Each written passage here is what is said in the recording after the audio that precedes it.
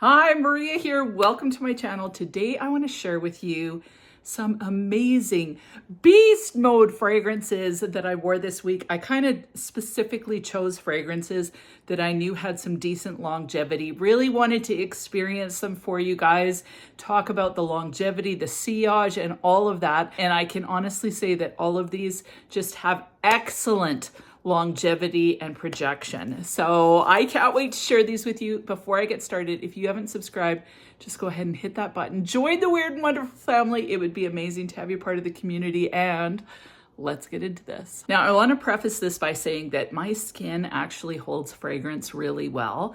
So yeah, I don't ever really have a huge problem with longevity. So if something doesn't last on me, I either assume that either I'm going anosmic to it or it's not a good performer at all. So these ones are all like, I would consider them beast mode because they lasted between 8 to 12 hours on my skin. The first one is Lira by Xerjoff. This is part of the Cosmerati line.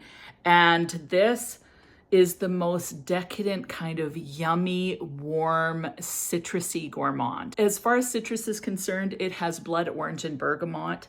It comes across lemony to me. This has lavender, but I don't really notice the lavender. There's cinnamon, licorice, jasmine, and the base has caramel, vanilla, and musk. What I get, and I've said this before, is a smoky lemon pound cake. So Bath & Body Works in the spring came out with, I think it was called lemon pound cake, and it smells kind of similar to this. This is so mouthwatering. It smells like cake, like a lemon cake, super rich and decadent. And what I love about this is that it feels cozy, but because of the lemon, it doesn't feel too thick or cloying. And what I really love about this one is I put it on the skin. I literally smelt myself all day. So I would be working and then I would get a whiff of myself.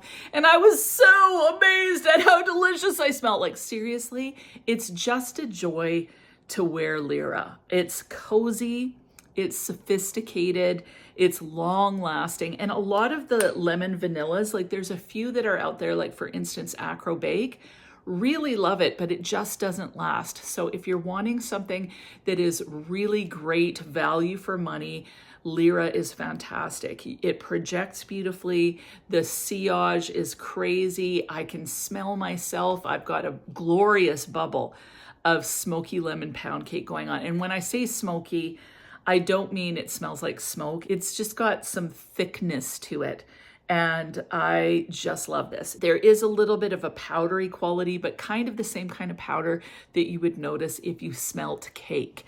So I absolutely love this. It smells like I want to take a bite of Starbucks lemon pound cake. So love this, love the way I smell. I smell sophisticated, yet totally edible, and I'm here for it. Now, the next fragrance that I wore all day long, I was home, so I didn't feel too weird, was Black Lotus by Floral Street. Now, first of all, I just love this bottle. It looks like it's illuminated from inside. So I love the bottle. This fragrance has violet in it. There's black cherry, there's rose, saffron, other floral notes, papyrus, kind of a mix of florals and resinous notes. I definitely get a lot of the violet. There's a bit of a cigarette vibe to this, almost like a leathery vibe, but somehow I think it smells feminine. A guy could totally wear this too. But I just find this extremely sexy. The projection is amazing on this, and you smell so amazing and alluring the whole day. The cool thing about this fragrance is it's very unique in my opinion. So I haven't smelled a whole lot of things that smell like this. It smells sensual, it smells intoxicating, it smells dark and mysterious. Definitely for kind of your bad girl, this is great. But at the same time, I actually find this fragrance very elegant. So thus the kind of vibe of, you know, a 1940s jazz club, not that it smells dated at all, because I don't think it does, but kind of that jazz club, a little bit smoky, a little bit perfumey, lipstick and cigarettes kind of feel. I love this. And it actually as it develops on the skin, it gets a little bit more sweeter. And I just find this intoxicating. I thoroughly enjoyed wearing this the whole entire time. So Floral Street Black Lotus, this is uber sexy, but it's not for the faint of heart. You've got to like that violet / irisy type vibe mixed with the cherry. This is amazing. I guess if I think about it, there's a little bit of rose in here, but primarily I'm getting that violet. So I love this one.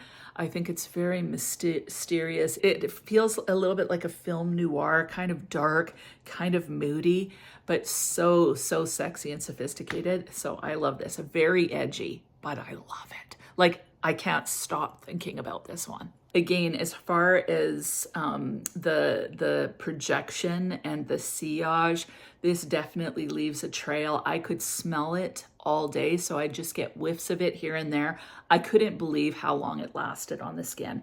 So Floral Street isn't known for massive longevity, but this one is amazing. The other one that's amazing for longevity that I could have included, but I didn't wear it this week, was Ylang Ylang Espresso. And out of the two, I definitely like Black Lotus better than Ylang Ylang Espresso at this point. Like, I am just like, I love this thing. So the next fragrance that I went for was actually a combo. First is Caramel Oud. I love this. It's by Theodoros Kalatinas. It's not a traditional gourmand because it does have that saffron oud combination that adds a bit of spice to it, but this also has caramel and toffee in it.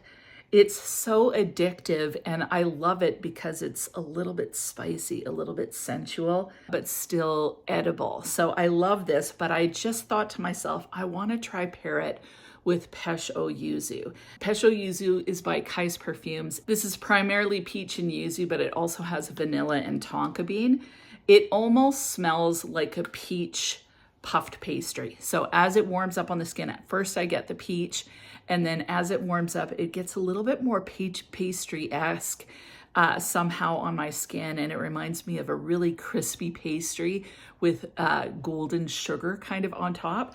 So I absolutely love this, and I thought it would pair really well with Caramel Oud. Even though these are niche, they're both really affordable. So this is $75 Canadian. I think it's 45 euros, and it's 50 mils.